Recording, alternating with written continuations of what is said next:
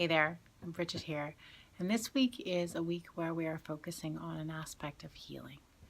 Spirit and healing are super connected, and as we move along a path connecting with spirit, it is inevitable that some of the things that we need to take a look at come up. Some of the things that need to be healed or reminded of their wholeness are going to come up.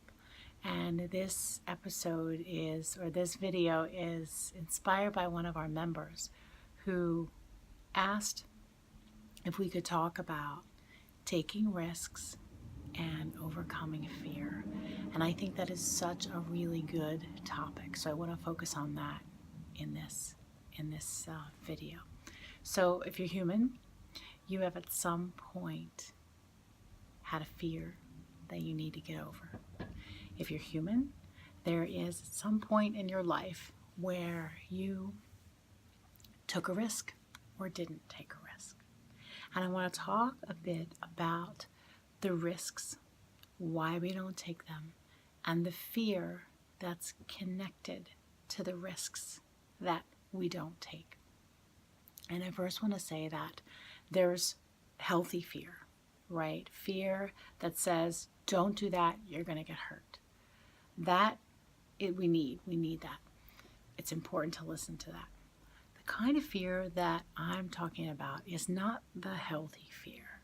It's the fear that comes from anxiety. It's the fear that comes from a deep place where we are insecure or unsettled about something. And so a fear arises because there's something deep inside of us that is scared to move. That's what I want to talk about. And so we all have that place inside of us that gets or a place inside of us where we get stuck, where we know we want to move forward, we know we want to take a risk, we know that by doing it, we're going to learn something or get to the next level. But the fear of moving forward is so strong that we can become frozen or paralyzed and in a place of inaction. And so I know that a lot of times we're told that we need to accept the fear and we need to understand the fear or release the fear. And I feel like it's super important to acknowledge that releasing the fear is impossible to do unless we acknowledge where the fear comes from and actually spend some time honoring the fear. Because the fear that you have, the fear of moving forward, the fear of taking risks, the fears that you have come from a place deep within you where there was pain or where that fear was real. And if we don't honor that place, it's really hard to move forward and to create a relationship with the part of yourself that holds the fear if you're trying to get rid of it, release it, or ignore it. So honoring the fear.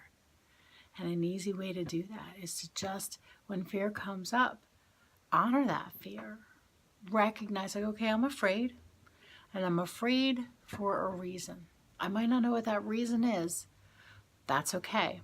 I'm going to honor the fact that this comes from a place inside of me where the fear was about a real thing.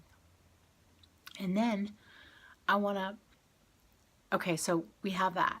And I want to talk about where the fear comes from. Where the fear comes from is often something that happened in our past. Most of the time when we're afraid of something, it's not actually, it's not something that actually is going to happen. It's something that has happened. And we are programmed, our cells remember that it happened. And we want to do whatever we can so that it doesn't happen again. And so what we do is we start to manage the risks that we take because of the fear that came in a long time ago. So what do we do about that? What can we do about it in the now? What we can do about it is we can look back, trace back to the place where, the time in our lives where the fear came. Sometimes we have access to that, and sometimes we don't. But if you sit in a quiet space, open up your space with spirit, and take yourself back to a place when the fear came, you will find that there's a part of you that began to protect yourself from whatever the danger was in your life at that time. And the part of you that protects yourself, that started protecting yourself so long ago, that part of you was given a job. And it did its job. It did its job well. And the thing is about the parts that protect us is that they don't understand when to stop doing the job. So that part of you that protected you for good reason is still continuing to protect you. And when you want to take a risk and move forward, try something new, go out of your comfort zone, that part of you that started protecting you a long time ago, that comes up and it says, wait a minute. We cannot have this risk come up. This is too dangerous. Even though the risk to move forward, the risk to try something new there's not really a real danger to it. The protector has perceived danger and will do whatever it can to shut you down and put you into a safe place. So what do we do about that? The first thing that we need to do is we need to acknowledge that it's happening. We need to acknowledge that there is a part of us that's protecting us. When we acknowledge that and realize that there's a part of us that's doing a job that we no longer need it to do, we can then decide, how do I want to work with that part of me? How do I want to negotiate with that part of me so that I'm able to take risks and not held by the protections of the past? So again, I'm going to go back to honoring that part of you. You can do that in a meditation. You can do that by writing a letter. Honoring that part of you that is the protector, and saying, thank you. I really appreciate that you protected me for all these years. It must have been really challenging to have to, keep everything tight, keep everything safe, keep me safe. I want to thank you for doing that. Whether or not you know what your protector was protecting you from, you can do this. And so doing that is the first piece. The next piece is to let that protector know that you need help. You need its help to move forward, because there's things you want to do, there's things you want to try, there's new stuff on the horizon, and you need that protector online and on board to help you experience the new things that you need. So that is a way to work with the fear, work with overcoming the fear of taking risks. Now, I want to share with you a little example of a recent client that I've worked with who was in this type of a situation. She's been working on herself and wanting to really express her feelings for a while. And she finds it really hard to express her feelings. She knows that she feels a certain way because she knows it in here, but she doesn't actually feel it in here. And she doesn't know why. She cannot figure out why. And she's trying, she's in therapy, and she does some self-healing work. She does lots of things to try to figure out why she doesn't feel. And she asked me to do some shamanic healing work with her.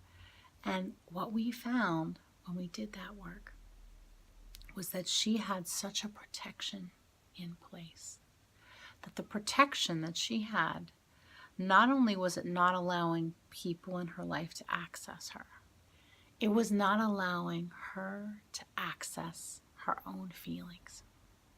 And so what we did was we did some work to connect her with her younger self. And then she went in and negotiated with the protectors. She negotiated with the protectors, and they told her when and why they came online and started to protect her. And she was actually taken aback because she didn't know that there was a situation that was traumatic that caused them to come online. She viewed the situation as just something that happened. But that was done because they came in to protect her from even feeling the intensity or the feelings in that situation.